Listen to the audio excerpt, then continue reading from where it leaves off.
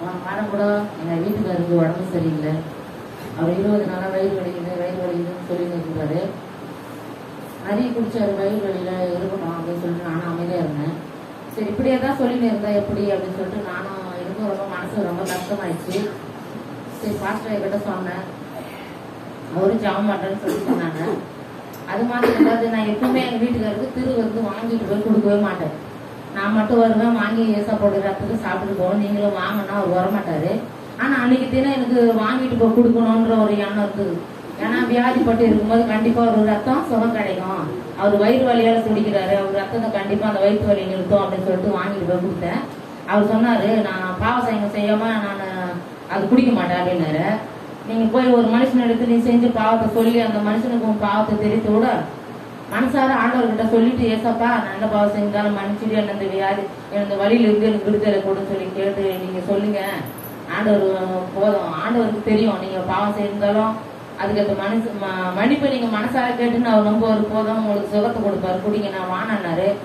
உங்களுக்கு நல்லா ஆகுதுக்கு தானே வாங்கினு தரேன், நீங்க ஏன் குடிக்க மாட்டேன்னு கேட்டேன். கண்டிப்பா ஏசப்பா ரத்தம் உங்களுக்கு ஒரு விடுதலை கொடுக்க குடிங்கன்னு சொன்னேன்.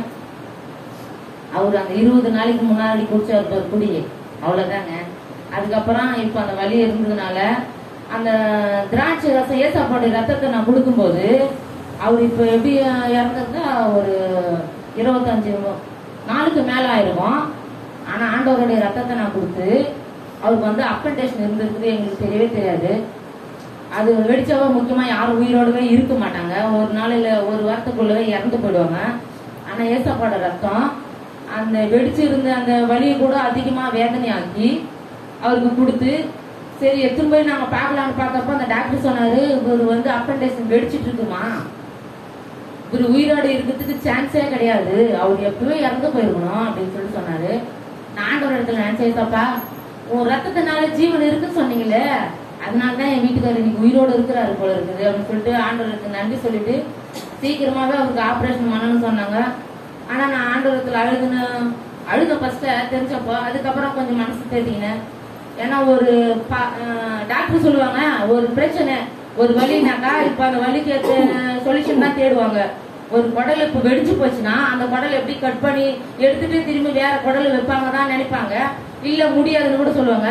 ஆனா நான் நினைச்சேன், ஒரு இருதயத்தை கெட்டு போனா அந்த இருதயத்தை சரி பண்ணி கொடுக்குற ஆண்டவர் நம்மளுடைய ஆண்டவர்ல, அந்த இருதயத்தையே எடுத்துட்டு புதிய இருதயமா கொடுக்குற ஆண்டவர் நம்மளுடைய ஆண்டவர். அப்படியே நம்ம கவலைப்படணும்னு சொல்லிட்டு ஆண்டவரிடத்துல ஜெபம் பண்ணிட்டு போனேன். அந்த ஹாஸ்பிட்டல்ல எவ்வளவோ கொடுமைகள்லாம் அனுபவிக்கிறாங்க. ஆனா நான் இவ்வளவு நாள் ஹாஸ்பிட்டலுக்காகலாம் எப்பயாச்சும் ஒரு டைம் மட்டும் தான் ஜெபம் பண்ணுவேன். அங்க போன பிறகுதான் தெரிஞ்சு ஆண்டவர் நமக்கு உடம்புல எல்லா உறுப்புகளும் கொடுத்தோம், நம்ம வந்து அடுத்தவங்களுக்காக ஜெபம் பண்ணாம இருந்துட்டு இருக்கிறோமே சூழ்நிலையா அப்படின்னு சொல்லிட்டு போன ஒரு வாரமா அந்த ஹாஸ்பிட்டல்ல இருக்கிற எல்லாருக்காகவும் ஒவ்வொரு நாளுமா காலையில நைட்டு ஜெபம் பண்ணிட்டு கொடுப்பேன். அங்க சொல்லுவாங்க, உங்க வீட்டுக்காருக்கு உடம்பு சரியில்லைன்ற கவலையே உங்க முகத்துல இல்லை அப்படின்னு. நான் சொல்லுவேன், கவலைப்படுறதுக்கு எதுக்கு, நீங்களா கவலைப்படலாம், ஆனா ஆண்டவர் பொண்ணா இருந்து நான் கவலைப்பட மாட்டேன். கவலைப்படுற எல்லாருக்கும் ஆறுதலா தான் ஆண்டவர் என்ன வச்சிருப்பாரு, கண்டி நான் கவலைப்பட மாட்டேன், எல்லாத்தையும் மாத்தி போட ஆண்டவரால முடியும். ஆனா நீ சொல்றீங்க நோய் உனக்கு வந்தா அந்த நோய் என்ன பண்ணுகின்ற, நோய் கொடுக்கிற ஒரு ஆண்டவர் கிடையாது, நோயிலிருந்து அந்த விடுதலை ஆக்கி அந்த நோயே வராம தடுக்கிறாரு பாரு, அப்படிப்பட்ட ஆண்டவருடைய பிள்ளை நானு, எனக்கு அந்த கஷ்டம் வராது அப்படின்னு சொல்லிட்டு அந்த இடத்துல ஒரு பெருமையா சொன்னேன். ஆண்டவர் அந்த இடத்துல கூட என்ன அப்படி சொல்ல வச்சதுக்கு கர்த்தருக்கு நன்றி சொல்றேன். அது இல்லாம அங்கிருந்து வந்ததுல இருந்து எனக்கு அதே மனபாரமா இருக்குது, இவ்வளவுலாம் வேதனை பண்றாங்களேன்னு சொல்லிட்டு. அப்புறம் அங்க இருந்து ஒரு பிரதர் 2 காலுமே கிடையாது, அவர்கிட்ட சொன்னேன், நீங்க எல்லா சாமியை கேட்டு நீங்க அந்த வேதனை குறையிலன்னு சொன்னீங்க, ஆனா நான் சொல்றேன் இயேசு சாமி கிட்ட கேளுங்க, உங்க வழியில இருந்து வேதனையில இருந்து கண்டிப்பா உங்களை நிச்சயமா விடுதலை ஆக்குவாரு. அப்ப நீங்க சொல்றீங்களே என் உயிர் போட்டோம் டாக்டர், என் உயிரை நீங்க காப்பாத்தாதீங்க, எனக்கு வலி வேதனை தாங்க முடியல சொல்லிட்டு அந்த உயிர் பிரயோஜனமா இல்லாத போவாத, அந்த ஆத்மா ஆண்டவர் இடத்துல சேர்க்கறதுக்காக அப்ப நீங்க தாங்க உங்க உயிரை, கடவுளே எனக்கு சுகம் கொடுங்க, அந்த பூமியில இருக்கிற வரைக்கும் உயிர் போகும்போது என் ஆத்மா உங்களை எடுத்துட்டு வரேன்னு கேளுங்க, ஆண்டவர் அந்த ஆத்மாவை எப்பவும் ஆதாயப்படுத்துவாரு சொல்லிட்டு அந்த நபருக்காக அவர் பேர் கூட செல்வகுமாரு, அவருக்காக தினமும் காலையில நைட்டு எனி டைம் ஜெபம் பண்ணிருக்கிறேன்.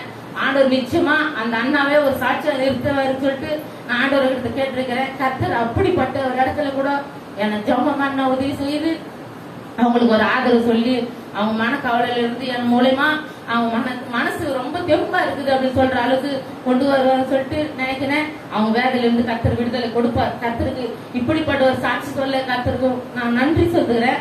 என் கையில கூட டேம்பிள் வந்திருந்தது. அது சொன்னாங்க எல்லாத்தையும் பரவிடுன்னு. நான் சொன்னேன், ஏசப்பா ரத்தத்தை ஜெபம் பண்ணி நான் தேய்க்கிறேன், எந்த ஹாஸ்பிட்டலுக்கும் போகாம அது கர்த்தர் தானாவே மறையும்படி செய்வார்னு சொல்லிட்டு அப்படிப்பட்ட ஒரு அற்புதத்தை செய்தார். இன்று என் கணவர் உயிரோடு இருக்கிறாருன்னா அது ஆண்டவர் கொடுத்த ஜீவன் தான். இன்னும் சீக்கிரத்துல ஆண்டவர் இடத்துல அவர் வந்து சேருவார் என்று நம்பிக்கையோடு நான் ஜெபம் பண்றேன். கர்த்தர் அப்படி சேர்ப்பதற்காக நான் கர்த்தர் கொடான்னு சொல்லி நன்றி செலுத்தி சிறு சாட்சியம் கொடுத்துக்கிறேன்.